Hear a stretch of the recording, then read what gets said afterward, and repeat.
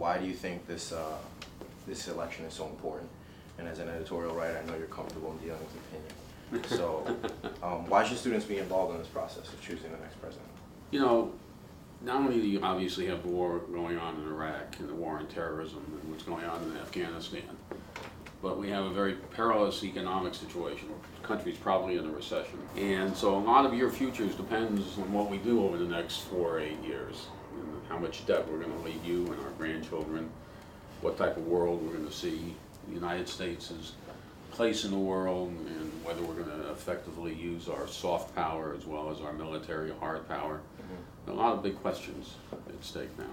Knowing this, it's increasingly looking like it might be Obama, McCain in the general election. How can a student get informed now from scratch, zero?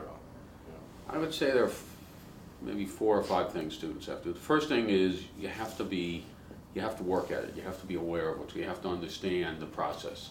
You have to understand, for instance, in the general election, it's not about the popular vote, and it's about the electoral vote, as we found out in 2000. You have to pay attention to the types of issues the candidates are dealing with, the difference between character issues, substantive issues. The press tends to pay a lot of attention to the tactics of politics. So it's up to students to be aware of what they're watching, and also understand the role of polling in politics. And what I always say, polls are a snapshot in time. They're not predictors. You shouldn't rely too much on polls. They can be helpful, but they're not be all and end all. And then recognize the difference between advertising and news. We'll be bombarded, especially if you're in a closed state, with advertising messages.